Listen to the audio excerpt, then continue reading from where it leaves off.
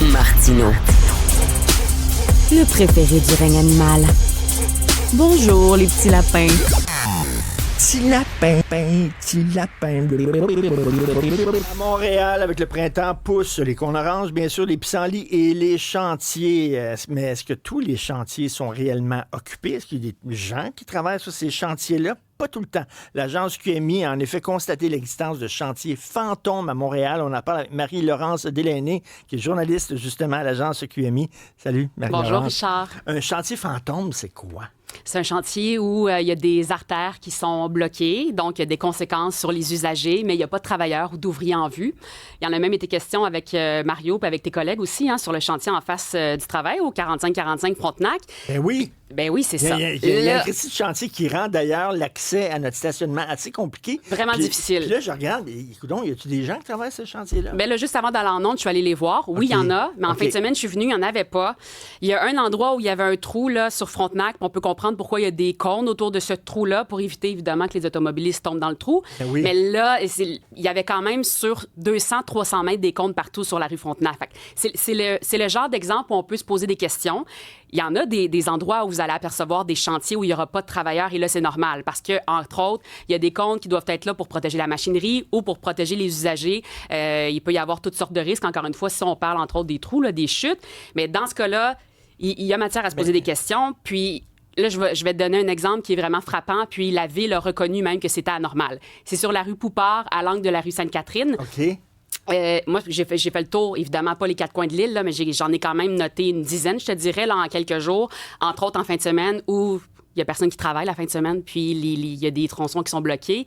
Mais sur la rue Poupart, il y a des citoyens qui m'ont dit qu'à cet endroit-là, la rue, elle était fermée depuis environ une semaine, avec, encore une fois, 0 travailleurs, 0 ouvriers. 0, là? Non, vraiment pas. Puis on entend, tantôt, tu parlais les pissenlits, puis oui. les nids de poules, puis ce qu'on entend, c'est les oiseaux pratiquement. C'est vraiment très silencieux. Puis là, les résidents ne peuvent pas se stationner à cet endroit-là parce que c'est fermé. Donc, il y a un père de famille, entre autres, qui me disait qu'il trouvait ça très dommage. Lui, il a un chien, un bébé, il faut qu'il se stationne à l'autre bout du monde. Et là, quand j'ai posé la question à la Ville, à Philippe Sabourin, le porte-parole, lui, il a vérifié avec les travailleurs sur place. Et là, les travailleurs lui ont dit non, on s'est installé 24 heures avant. Puis dans la réglementation municipale, les comptes doivent être installés 24 heures avant le début des travaux maximum, 24 heures après. Donc, on dit ça, parfait. Je donne rendez-vous à Philippe Sabourin sur place avec une inspectrice. Et là, le mot d'ordre est le même, mais là, l'inspectrice vérifie, puis finalement, les cônes avaient été installés. Okay. Oui, ils l'ont vu, mais là, les travaux avaient commencé quand on est allé.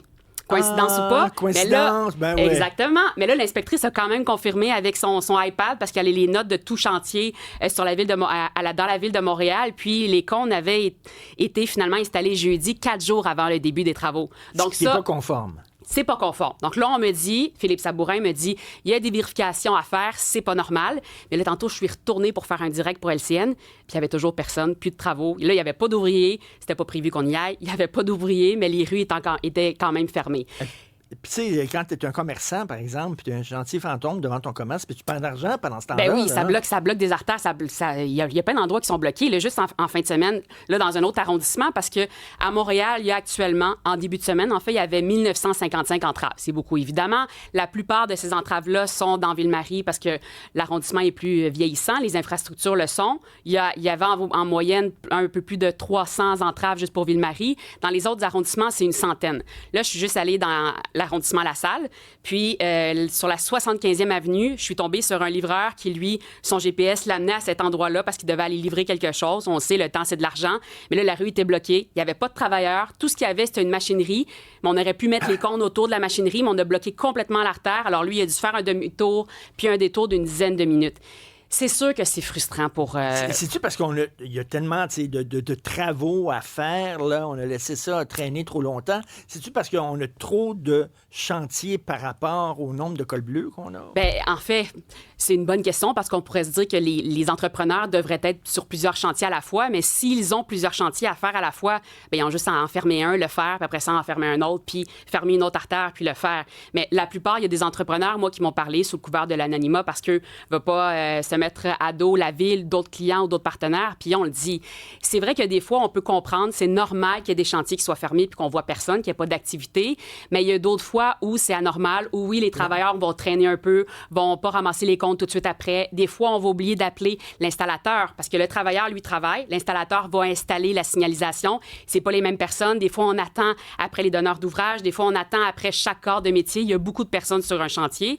Puis même tantôt, quand je parlais avec un travailleur sur Frontenac, en avant du travail, il me l'a dit. Lui, il justifie. Et pour lui, c'est normal que Frontenac se soit fermé, mais il y a des endroits où ça ne l'est pas. Puis il dit, à Montréal, là, c'est l'enfer. Mais là, je vais te faire écouter des citoyens qui sont les principaux touchés, évidemment, dont le père de famille à qui j'ai parlé sur la rue Poupard et dont la rue est toujours fermée, suivi de 2 autres. Ah, OK. Des travaux, mais il ne s'est rien passé. Il n'y a personne depuis une semaine, donc on ne sait pas ce qui va se passer.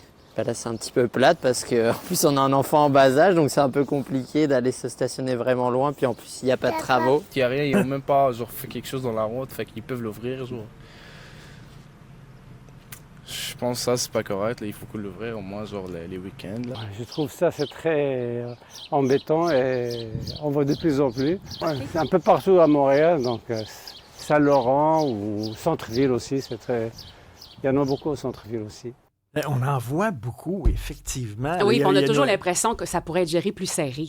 Ben ça, je parlais de Colbleu tantôt, là, mais c'est des chantiers qui sont gérés par quoi? Par des entreprises privées? Il y a des entreprises privées, il y a la Ville de Montréal, il y a des chantiers. Puis ça, si ça vous intéresse, si ça t'intéresse, Richard, ce soir, après le travail, d'aller sur le site de la Ville de Montréal, chantier en cours. Chacune des artères qui va être fermée, bien, t'as qu'à taper, par exemple, à écrire le nom de la rue Sherbrooke. Et là, tu vas voir sur la rue Sherbrooke toutes les entraves qui se trouvent sur cette artère-là. Et ensuite, il y a le nom de l'entreprise qui est responsable des travaux, ou ça peut être la Ville de Montréal, ça peut être Énergir, ça peut être Hydro-Québec, mais ça peut être des entreprises privées aussi. Mais il y a beaucoup, beaucoup de joueurs sur chacun des chantiers, puis c'est pour ça que ça peut rendre la chose plus compliquée.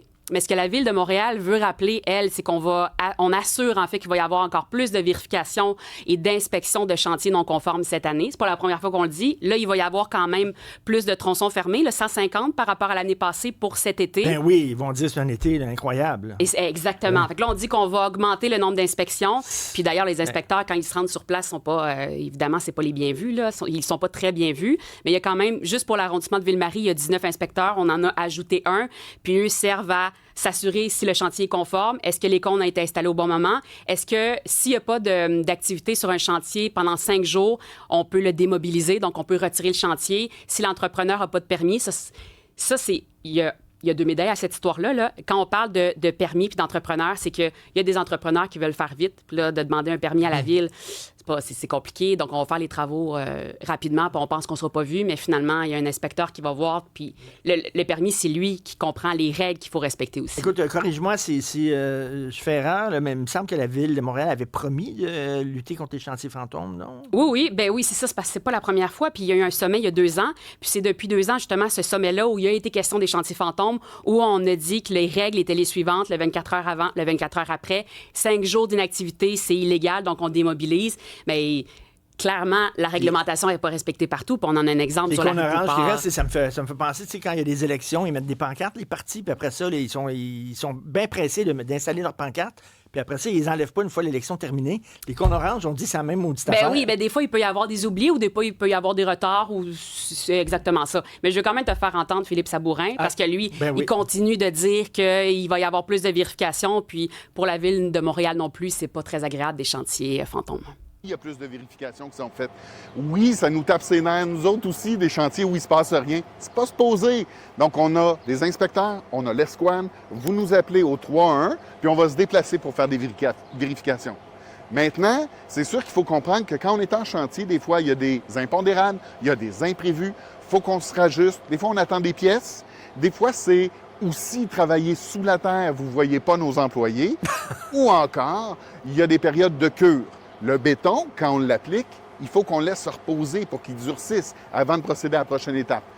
J'adore. Et s'ils ne les voyaient pas, c'est parce qu'ils sont sous la terre. Non, mais c'est vrai que peut-être, effectivement, ils attendent des pièces à un moment donné. Il y a un retard. Oui, c'est ça. Ils ne peuvent pas travailler. Il peut y avoir des délais, mais je vais donner un autre exemple aussi. Là, juste c'est dans En tout cas, pas très loin du pont Mercier en fin de semaine, c'est le boulevard La Salle qui était fermé à la circulation, puis il n'y avait pas âme qui vive. En tout cas, il semblait pas avoir personne. Puis finalement, j'ai vérifié, puis c'est parce qu'un peu plus loin sur la voie, ils faisaient des travaux sur le pont, puis là, il y avait des risques d'échapper des morceaux de béton, puis évidemment, on veut pas qu'un cycliste en reçoive un sur la tête. Donc, il y en a des exemples. C'est pas parce qu'il n'y a pas de travailleurs qu'il n'y a pas de... qu'il n'y a pas de travaux et qu'il n'y a rien qui se passe. Mais là, on monte beaucoup du doigt. En fait, quand la Ville dit qu'elle va inspecter davantage les chantiers, il y a des amendes qui peuvent venir avec ça. Ça peut aller d'une amende de plus de 500 $ pour un chantier qui n'est pas conforme, soit qui n'a pas son permis ou soit qui n'a pas respecté l'installation des cônes. Puis s'il y a un récidiviste, ça peut aller jusqu'à 2000 $. Donc là, on parle des entrepreneurs, mais j'ai parlé aussi avec l'Association des entrepreneurs en infrastructure. Puis là, on dit, la directrice générale, Caroline Amirault, que vous allez entendre, dit « Attention, il y a une responsabilité partagée ». Bon, si on embarque dans le train de l'amélioration, on y embarque tous. Et c'est sûr que nous, là, on est pas mal visible. On a des pelles grandes comme ça avec des écriteaux, des logos, mais il y a des donneurs d'ouvrage en arrière de ça. Il y a des corps de métier. Il y a beaucoup de corps de métier sur un chantier, mais il peut y arriver aussi à la Ville de Montréal qu'il y a plusieurs donneurs d'ouvrage. Toi, tu es l'entrepreneur qui doit réaliser ces travaux-là. Tu commences à creuser. Il faut que tu attendes qu'Hydro-Québec vienne vérifier. Là, OK, là, c'est la Commission des services électriques qui doit intervenir. Là, ça peut être lourd administrativement. Tu sais, contractuellement, c'est lourd travailler à la Ville de Montréal. Puis ça, s'il y avait une amélioration apportée, ça en serait une.